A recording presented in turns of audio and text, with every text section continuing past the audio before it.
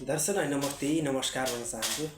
हामी नेपाली को हो, हाम्रो माटो के हो, हामी नेपाली हुनका कारणहरू के हुन्, विश्वले हामीलाई कुन नजरले हेर्छ र हामी आफ्नै माटोमा जन्मिए अनुसारको संस्कृतिमा छौँ कि छैनौँ, या हामीले लिएको शिक्षा के हो, हाम्रा शिक्षाले के कस्ता प्रगतिहरू या चाहिँ कस्ता विज्ञानहरू उत्पादन गर्न सक्छ, मतलब या कुनै त्यस्ता चाहिँ आउने आर्टिकलहरू गरेर देखाउन सक्छ। यी कुराहरू हामीले वास्तवमा नबुझिकन राजनीतिक परिप्रेक्ष्यमा लागिरहेका छौँ।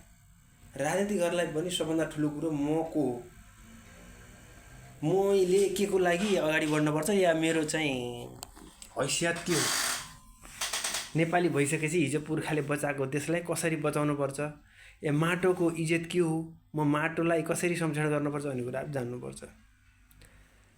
अब हामीले राजनीति गर्छौँ, तर राजनीतिकमा भोट हाल्दा या चाहिँ राजनीतिक पार्टीलाई चाहिँ सपोर्ट गर्दाखेरि यो पार्टी कहाँबाट उत्पत्ति भयो, यसको इतिहास के छ र यसले गर्न खोजेका कुराहरू के हुन् र यिनीहरूलाई कसले चलाउँदैछ, या यिनीहरू चाहिँ स्वचालित आफ्नै माटोको लागि चाहिँ लडेका हुन् कि भन्ने कुराहरू चाहिँ विशेष ध्यान दिएर चाहिँ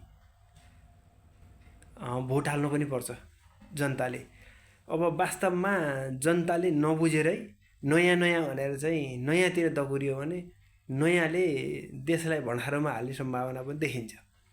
अब हेरौँ भविष्यले देखाउला, या चाहिँ यहाँ नेपाल अहिलेको खास बाहिरबाट हेर्दा एकदम शान्त र सुन्दर देखिए पनि भित्रभित्र एकदम किचलो छ।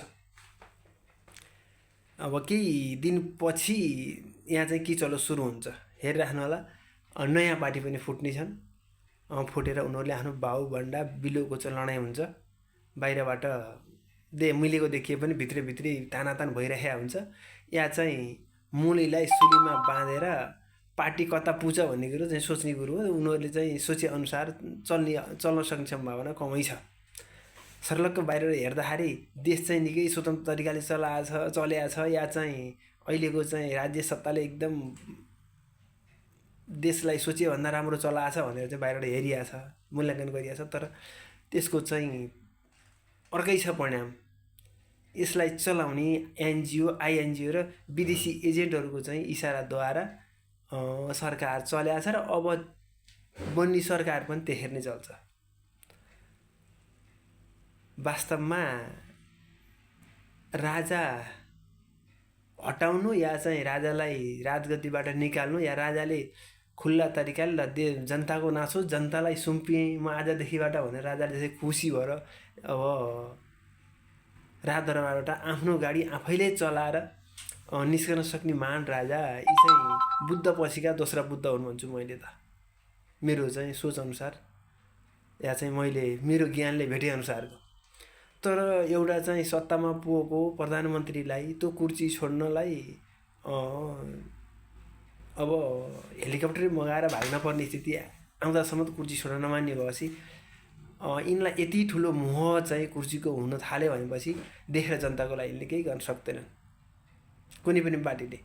किनभने देशलाई पार्टी पङ्क्तिभन्दा माथिल्लो स्तरमा या चाहिँ एकदमै महत्त्वपूर्ण सम्झेर चाहिँ काम गर्यो, या चाहिँ जनताको चाहिँ इच्छा अनुसार जनप्रतिनिधिले काम गर्न सक्यो भने बल्ल देशको स्थायित्व सरकार बन्ने, या चाहिँ सरकार रेगुलर 5 वर्ष या 10 वर्ष चलेर देशका चाहिँ विकासका सम्भावनाहरूलाई देखाउन सक्यो भने बल्ल जनताको पनि मन शान्ति हुन सक्छ।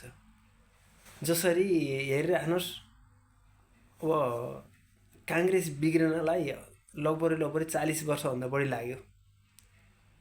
काङ्ग्रेस सुधारिन चाहिँ पहिलाका नेताहरू चाहिँ अलिकति चाहिँ देशलाई विखण्डन गर्न खोजे पनि बिचमा चाहिँ थोरै सुधारिएको अवस्था देखिएको थियो भने अहिलेको परिस्थितिमा भने काङ्ग्रेस झन् भित्रभित्रै विदेशीको दलदलमा फँसिएको छ।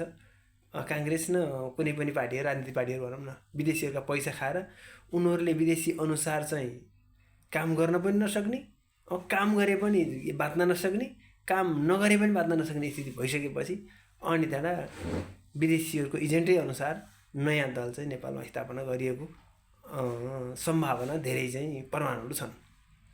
यसका प्रमाणहरू के हुन् भन्नुहुन्छ भने जस्तै अब तपाईँको मेन भन्नुपर्दा एमसिसी पारित हुनु, अब फेरि अर्को सुरक्षा सम्झौता चाहिँ पारित हुँदैछ। यसैले बाहिरबाट हेर्दा अमेरिका देखिए पनि तर यसमा भारतीय इन्टरपोलबाट चाहिँ काम गरेर गराइराखिया छ र गर्ने मान्छेले गरिरहेका छन्। यसलाई चाहिँ बुझेर अहिलेको राजनीतिक परिस्थितिलाई बुझेर देशलाई सही दिशातिर चाहिँ नेताहरूले लान सके या चाहिँ सबै देशसँग हाम्रो चाहिँ सन्तुलन मिलाउन सक्यो भने, नेपालको सन्तुलन मिलाउन सक्यो भने देशलाई त्यति अप्ठ्यारो नपर्ने चाहिँ देखिएको छ। अब हामी साधारण लेखपढ गरेको मान्छेले नि यसरी बुझ्न सकिन्छ भने पक्कै पनि अब यत्रो पिएचडी पढेका मान्छेहरूले त राम्रै नै बुझिनु भयो होला। सायद अब हाम्रो सोचाइ पनि गलत हुनसक्छ, हामीले सोचेअनुसार या चाहिँ हामीले गलत सोचेअनुसार चाहिँ नहोस्। जहाँसम्म लाग्छ नेताहरू पोजिटिभ भएर देशलाई सही सन्तुलनमा लैआउन् भन्न चाहन्छु। सबैको सद्बुद्धि आओस्। जय पशुपतिनाथ।